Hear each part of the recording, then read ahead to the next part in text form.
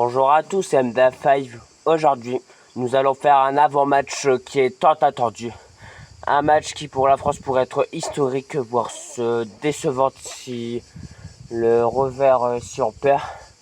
Donc aujourd'hui, je vais vite fait vous parler peut-être 6-7 minutes pour vous parler de ce match.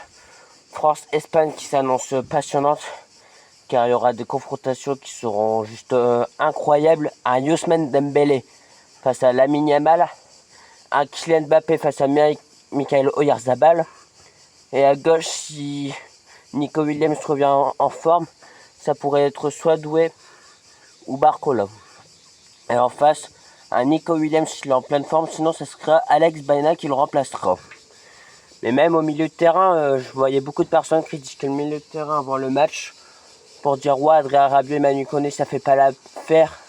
Mais je trouve que ça fait totalement l'affaire, un milieu incroyable vu que Tchouaméni s'est blessé, Manu Koné le remplace à la perfection, donc félicitations à lui qui de toute façon a réalisé 2 excellentes saisons à l'AS Roma.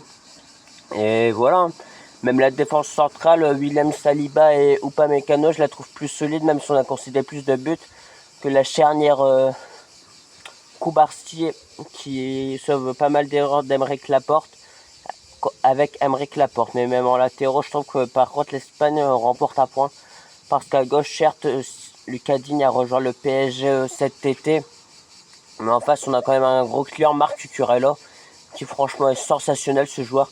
Et à droite, même Pedro Porro est meilleur, je trouve, actuellement que le Jules Koundé, qui d'ailleurs, Pedro Porro a quand même réalisé une meilleure saison que ce Français.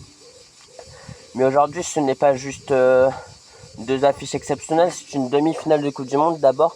Et c'est peut-être la revanche de l'Euro 2024 et le match où on avait perdu 5-4 face à l'Espagne, peut-être notre revanche, ou bien une confirmation que l'Espagne est bien supérieure à nous. Franchement, ça va être passionnant, je trouve, et je suis pressé de voir cette confrontation-là qui me semble juste excellente. Et ensuite, comment ne pas vous parler des propos racistes d'un Espagnol qui est bien placé, je crois, à l'État, ou qui était bien placé, qui a fait preuve de racisme, où il a dit qu'il avait aucun Français. Donc faut vraiment montrer que l'équipe de France, car pour moi ce sont des Français, parce que la plupart des joueurs sont nés en France et ont des origines françaises, donc techniquement c'est considéré comme être français. Mais après on les connaît, hein. Les personnes qui sont racistes, on a bien vu ça avec le Paraguay par exemple, où la femme avait porté plainte face à Kylian. On s'en rappelle tous, et là c'est au tour des Espagnols.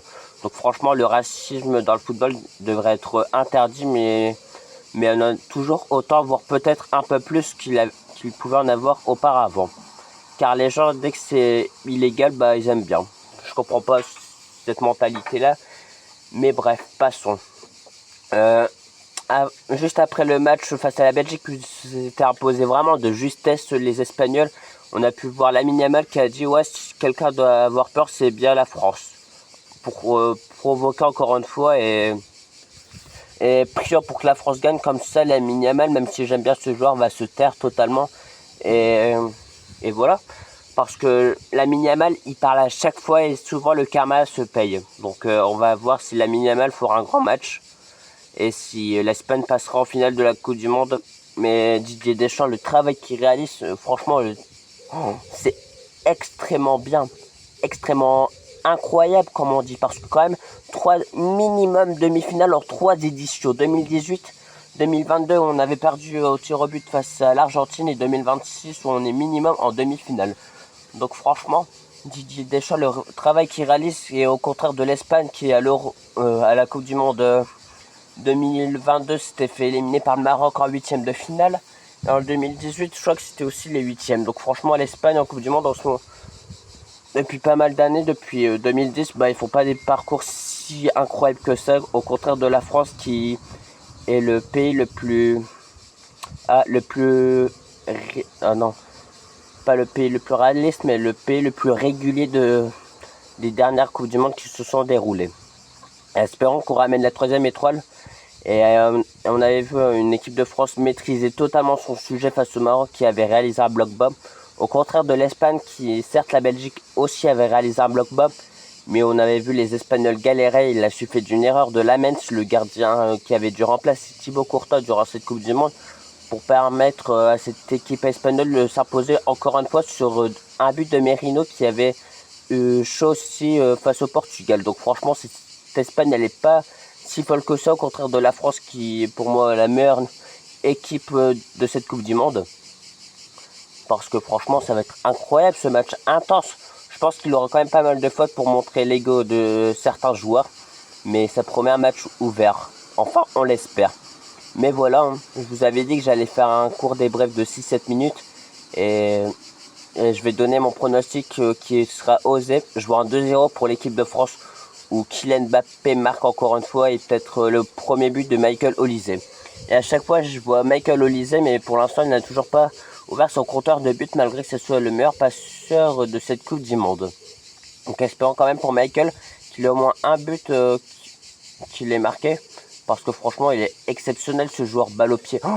Oh là là, Michael Olise, pour moi, il est meilleur que Lamine Yamal actuellement. Donc franchement, ça promet hein, ce match. Et je suis impatient de le vivre en famille. Mais bref, en tout cas, merci énormément à vous de m'avoir suivi. Si vous avez kiffé ma vidéo, n'hésitez pas à lâcher votre meilleur like et votre abonnement. Car je vais continuer à parler... demain matin, je vous ferai un débrief de ce match qui me paraît exceptionnel. Et voilà. Et espérant que je suis heureux, que je me dise yes, la France ils ont gagné. Au contraire de dire ah putain ils ont perdu, c'est français. J'espère que je serai dans un bon mood demain matin. Bref, on en reparlera. À très vite la famille et portez-vous bien et allez les bleus. Et qu'on fasse taire Lamine Yamal plus l'équipe d'Espagne qui nous sous-estime. Mais merci à vous de m'avoir suivi. C'était MDA5.